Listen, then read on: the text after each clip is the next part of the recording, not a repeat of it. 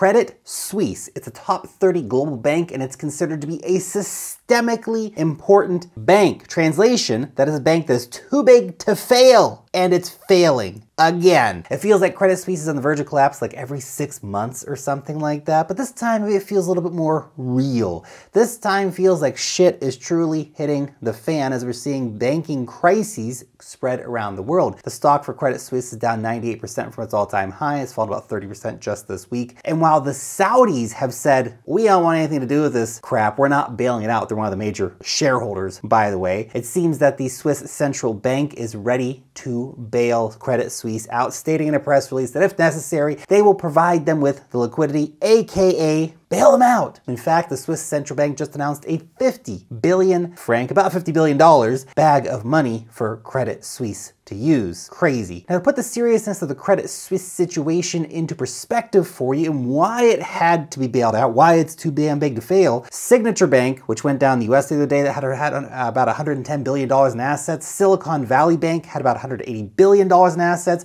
but Credit Suisse has about $580 billion, so twice the size. In fact, things are so whacked in markets right now that we are almost beating the 2008 global financial crisis. Let that sink in for a second. In 2008, 25 banks in the USA failed worth $374 billion.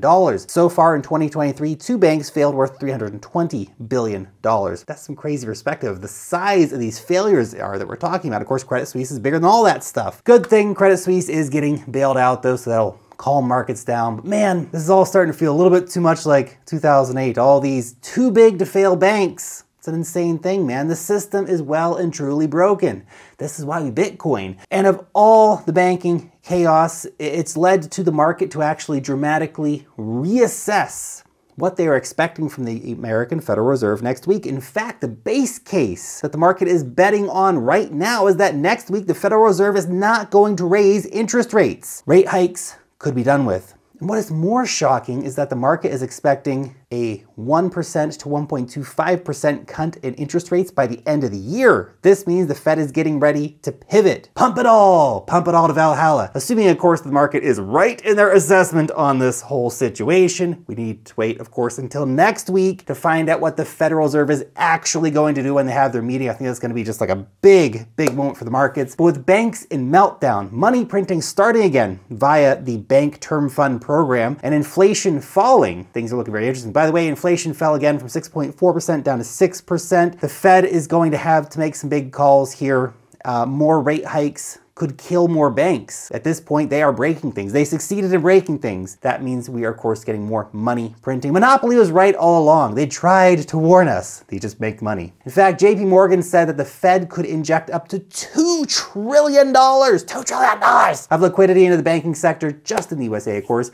China's printing, Japan's printing, the UK is printing, Switzerland is printing, the EU is printing, and now the USA, in American style, printing big time. $2 trillion, man. When liquidity rises, we tend to see a risk-on attitude coming to markets. That means that more money will flood the system and that investors will see big returns on risk assets, tech stocks, crypto, that kind of stuff. That's bullish. But in spite of how fundamentally bullish all of that actually is, we have to remember, the fact is that large global banks collapsing, not actually super awesome. This could have a short-term negative impact on global equity markets. Things got so bad in Europe today that many major European banking stocks, they had to halt the trading on them like we had in the United States on Monday. That's nuts, man. Now, before we talk about the price of Bitcoin, if you are trading these crazy crypto markets, then you need to get yourself an account over on Bybit. They have got the best futures markets in the game, massive altcoin spot markets for all kinds of exotic fun coins, and extremely popular crypto copy trading services, allowing you to benefit from the experience of more experienced traders than you.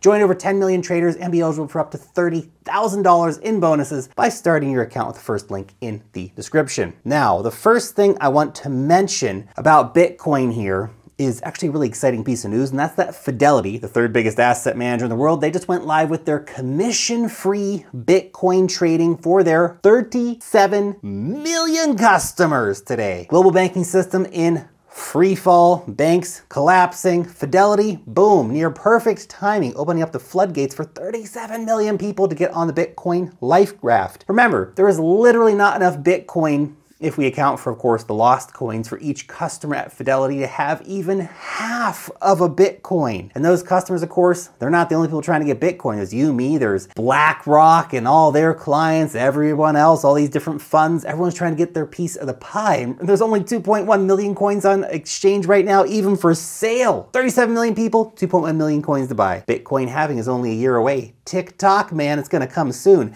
Now let's talk about the price of Bitcoin. Right now, Bitcoin is fighting to put in a close over the key levels of resistance around $25,000, 25K. It's the big zone for us right now. What we want to see here is for Bitcoin to close a weekly candle over the red box. We had a wick up over it yesterday, but that candle close would represent a new higher high, beating the highs from August 2022 and representing a new trend really being cemented into place.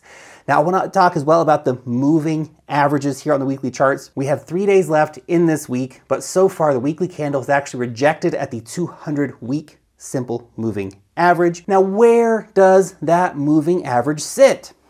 Because this is very curious. Right around the 25K mark. What a coincidence, right? That makes putting a solid candle close over 25K even more important because we have all these key technicals lining up right in this zone. Also worth noting that if we close this weekly candle above 23K, then it would represent the first time that we've actually closed a candle above the 50-week simple moving average since March 2022, of course. And look, this feels much more like the break of the 50-week back in 2019, after we had that year-long downtrend, the big bear market. Huge if big is all I have to say. Okay, that's it. Subscribe now. See you next time.